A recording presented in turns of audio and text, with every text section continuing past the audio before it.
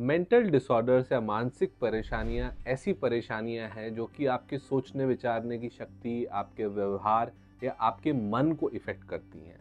इन सभी mental disorders या मानसिक परेशानियों को जल्दी से पहचानना और ट्रीटमेंट होना बहुत ज़्यादा ज़रूरी है।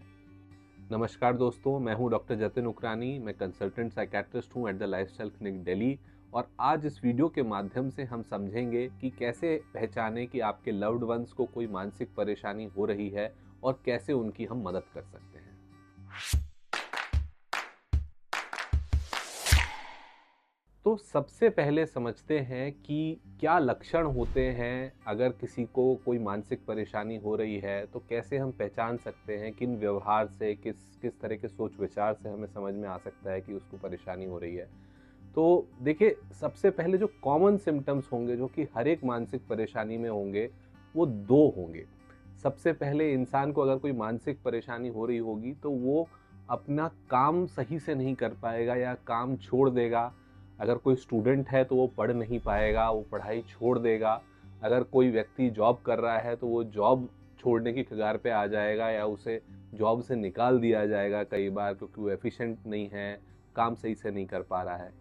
दूसरा ऐसा लक्षण जो कि आपको कॉमनली देखने को मिलेगा वो ये है कि जो उसके आसपास के जो लोग होंगे, उसका जो परिवार होंगे, दोस्त होंगे, फ्रेंड्स होंगे, उससे उसकी बातचीत सही से नहीं बनेगी, वो घुल मिल नहीं पाएगा, एडजस्ट नहीं हो पाएगा। ये दो सिम्टम्स जो हैं ये सारी मानसिक परेशानियों में देखा जाता है। इसके अलावा जो लक्षण हैं वो बीमारी से स्पेसिफिक हो सकते हैं। एंग्जाइटी डिसऑर्डर में डिफरेंट लक्षण होंगे, डिप्रेशन में डिफरेंट लक्षण होंगे, ओसीडी में डिफरेंट लक्षण होंगे। जैसे कि कुछ कॉमन लक्षण अगर आप समझेंगे तो नींद नहीं आएगी, भूख नहीं लगेगी, सोच विचार ज़्यादा होंगे, घबराहट बहुत ज़्यादा हो सकती है, सुसाइड करने के थॉट्स आ सकते हैं, या फिर शक वहम कर सकता है इंसान, बहुत ज़्यादा वहमी हो सकता है, पैरानोया जिसको बोलते हैं। लोग मेरे को फॉलो कर रहे हैं, लोग मेरे को मारना चाहते हैं, किसी ने जहर दे रखा है खाने में। इस तरह की फिजूल की बातें जिनका कोई सेंस नहीं होगा, जिनका कोई जो है लॉजिक नहीं होगा, ऐसी बातें इंसान करने लगेगा। कई बार उसको गुस्सा बहुत ज़्यादा आएगा, अग्रेशन बहुत ज़्यादा आएगा, चीज़ें फेंकना, तोड़ना, मारना, पीटना, धमकियाँ देना या सेल्फ हार्म करना, इस तरह के लक्षण हो सकते हैं। या फिर नशा करना, सिगरेट पीना, ड्रिंक करना, ये भी मानसिक बीमारी के लक्षण हो सकते हैं। या फिर कई बार कॉग्निटिव लक्षण हो सकते हैं, जहाँ चीज़ें इंसान भूल जाता है या फोकस नहीं कर पाएगा, या चीज़ें बहुत ज़्यादा रिपीट करेगा, एक ही बात बार बार करना, या डेली एक्टिविटीज़ टाइम पे नहीं करना, नहाना धोना नहीं, ब्रश नहीं करना।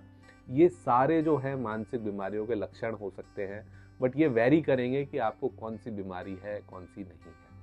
कई लोग हमको बोलते हैं कि सर, एंग्जाइटी डिप्रेशन तो सबको होता है, थोड़ा बहुत सैड तो हर कोई रहता है। देखिए, आपको ये समझना ज़रूरी है कि थोड़ा बहुत एंग्जाइटी, थोड़ा बहुत नर्वसनेस या थोड़ा बहुत सैडनेस जो है वो सबको रहता है। जैसे ब्लड प्रेशर नॉर्मल होता है, 120/80 को हम नॉर्मल ब्लड प्रेशर बोलते हैं, जीरो ब्लड प्रेशर को नॉर्मल नहीं बोलते हैं। इसी तरह से थोड़ा सा सैड होना, थोड़ा सा एंग्शियस होना भी नॉर्मल है। अगर बहुत ज़्यादा एक्सट्रीम है, अगर एंग्जाइटी बहुत ज़्यादा है, डिप्रेशन बहुत ज़्यादा है या पैरानोया बहुत ज़्यादा है, तभी हम उसको कोई परेशानी बोलेंगे। तो एक्सट्रीम्स में कोई भी अगर फीलिंग हो रही है तो वो मानसिक बीमारी का लक्षण हो जाएगा। तो आइए समझते हैं कि अगर आपके परिवार में किसी को इस तरह के लक्षण हो रहे हैं तो आप as a caretaker, as a family member उनकी कैसे मदद कर सकते हैं। देखिए, सबसे पहले तो अगर आपको ऐसे कोई लक्षण दिख रहे हैं तो आप उसको बीमारी की तरह, उसको परेशानी की तरह ट्रीट करेंगे। जिस तरह से आप अगर किसी को बुखार होता है, 104 103 बुखार है, तो आप उनसे ये उम्मीद नहीं करते हैं कि वो घर के काम काज करेंगे। आप बल्कि उनको सपोर्ट करते हैं, हेल्प करने की कोशिश करते हैं। इसी तरह से बहुत ज़्यादा रोना या कोई भी फीलिंग अगर बहुत ज़्यादा हो रही है तो वो मानसिक परेशानी का लक्षण हो सकता है। तो आपको उन्हें सपोर्ट करना है, आपको उनसे आर्ग्यू नहीं करना है, उनकी बातों पे रिएक्ट नहीं करना है। कई बार जो मानसिक रोगी होते हैं डिप्रेशन में, ओसीडी में, साइकोसिस में, कई बार वो आपको ऐसी चीज़ें बोलेंगे जिनसे आप बहुत ज़्यादा जो है प्रवोक हो सकते हैं, आपको गुस्सा आ सकता है। तो आपको ऐसी स्थिति में रिएक्ट नहीं करना है। अगर आप रिएक्ट करेंगे तो आप उनके लिए भी परेशानी बढ़ा रहे हैं और अपने लिए भी परेशानियां बढ़ा रहे हैं। अगर आपको लग रहा है कि बहुत ही ज़्यादा अग्रेसिव सिचुएशन हो रही है, कोई पेशेंट बहुत ज़्यादा अग्रेसिव हो रहा है, वायलेंट हो रहा है, मारने पीटने पे आ रहा है, तो ऐसे सिचुएशन में आपको एक साइकेट्रिस्ट या प्रोफेशनल की मदद लेना बहुत ज़्यादा ज़रूरी है। और कभी भी किसी भी मानसिक रोगी को आपको क्रिटिसाइज़ नहीं करना है, कंपेयर नहीं करना है। ये 2 मिस्टेक्स जो हैं अक्सर करके फैमिली मेम्बर से होती हैं कि वो जो है क्रिटिसाइज़ करते हैं, कंपेयर करते हैं, देखो दूसरा इंसान ऐसे है, आप क्यों नहीं ऐसे बन रहे हो, आप क्यों नहीं ऐसा कर रहे हो। और कई बार आप जो एडवाइस देंगे उनको, वो उनको सही भी नहीं लगेगी। तो आप ज़्यादा एडवाइस मत दीजिए कि ऐसे करो, योगा करो, मेडिटेशन करो, थोड़ा वॉकिंग करो। इस तरह की एडवाइस आपको देना ज़रूरी नहीं है। आप उनकी बात सुनिए, उनके मन में क्या है, क्या नहीं है। कोशिश कीजिए जब आप उनसे बातचीत करते हैं तो ओपन एंडेड सवाल पूछें। ओपन एंडेड सवाल मतलब जिसका जवाब जो है वो हाँ या ना में नहीं आए। जिसमें आप जैसे ये पूछ सकते हैं कि हाउ आर यू फीलिंग, है ना, रादर देन कि आर यू फीलिंग गुड, आपको अच्छा लग रहा है क्या। इसका जवाब यस या नो में ही आएगा, है ना। अगर आप पूछते हैं हाउ यू आर फीलिंग, तो फिर शायद आपका फैमिली मेम्बर आपको डिटेल में बताए कि उसके साथ क्या हो रहा है।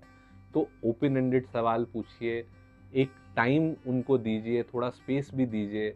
हाँ, ये भी देखिए कि सिक्योरिटी जो है इंश्योर हो रही है, उनको आप सेफ रख पा रहे हैं, पेशेंट अपने आप को नुकसान नहीं पहुंचा ले, कुछ गलत नहीं कर ले, वो भी बहुत ज़्यादा ज़रूरी है। पेशेंट को अकेला छोड़ना, स्पेशली अगर कोई डिप्रेशन का मरीज है तो उसको अकेला छोड़ना सही नहीं होगा, specially in the early stage of treatment, है ना।